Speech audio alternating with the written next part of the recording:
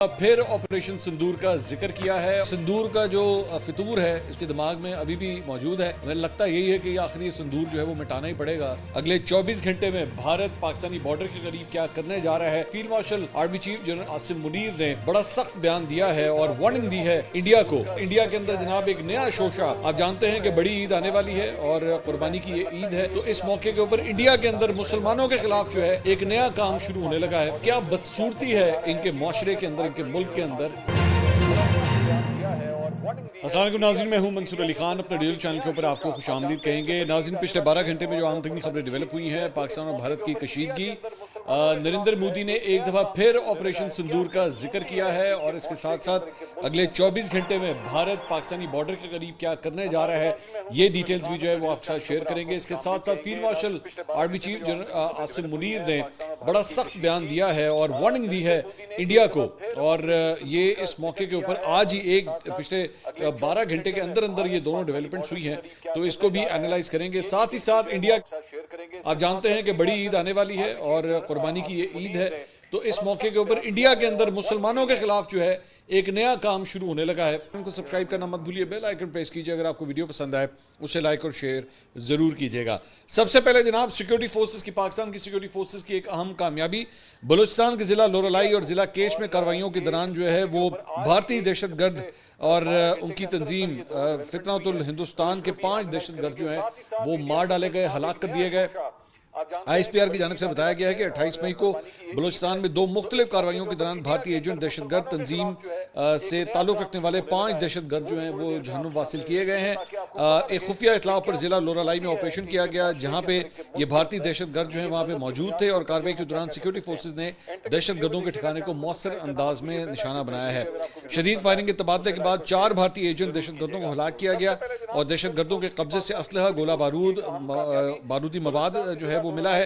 N70 کے قریب ضلع لورالائی میں ہلاک دہشت گرد 26 اگست 2024 اور 18 فروری 2025 کو معصوم شہریوں پر ہونے والے بزدلانہ دہشت گرد حملوں میں ملوث تھے، جن میں 30 بے گناہ افراد جو ہے وہ شہید ہوئے تھے۔ تو ایک بڑی کامیابی جو ہے وہ پاکستانی افواج کو ملی ہے۔ سب سے پہلے جو ہے یہی خبر ہم آپ کے ساتھ شیئر کرنا چاہ رہے تھے۔ اچھا جی، اب آ جائیے فیلڈ مارشل عاصم منیر، ان کی جانب سے جو ہے وہ ایک سیشن منعقد کیا گیا جس کے اندر وہ ٹیچرز سے، پروفیسرز سے، وائس چانسلر سے انٹریکٹ کر رہے تھے، اور جی ایچ کیو کے اندر جو ہے یہ بیٹھک ہوئی ہے۔ حلال ٹاکس کے نام سے جو ہے یہ بیسکلی یہ تقریب جو ہے وہ منعقد کی گئی، اور اس میں فیلڈ مارشل عاصم منیر نے کہا کہ جی پانی جو ہے وہ پاکستان کی ریڈ لائن ہے اور 24 کروڑ پاکستانیوں کو اس بنیادی حق پر آنچ نہیں آنے دیں گے۔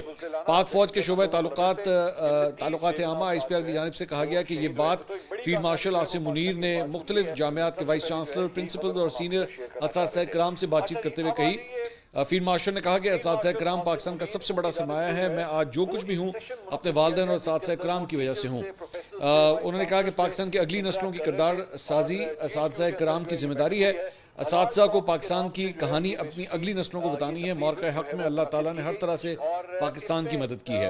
انہوں نے کہا کہ معرکہ حق اس بات کا ثبوت ہے کہ جب پوری قوم ایک آہنی دیوار بن جائے تو دنیا کی کوئی طاقت اسے گرا نہیں سکتی۔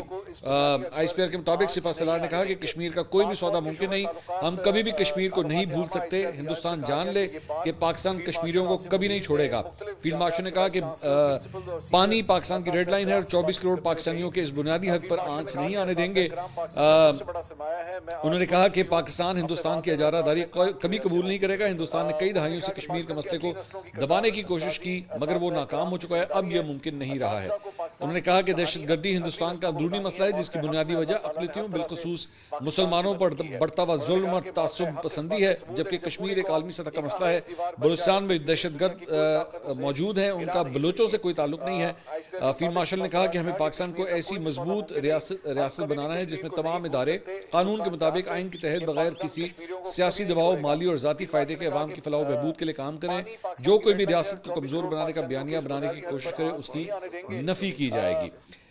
ساتھ ہی ساتھ ایک اور خبر یہ بھی آئی ہے کہ وزیر اعظم شہباز شریف جو ہے وہ ہفتے کو فیلڈ مارشل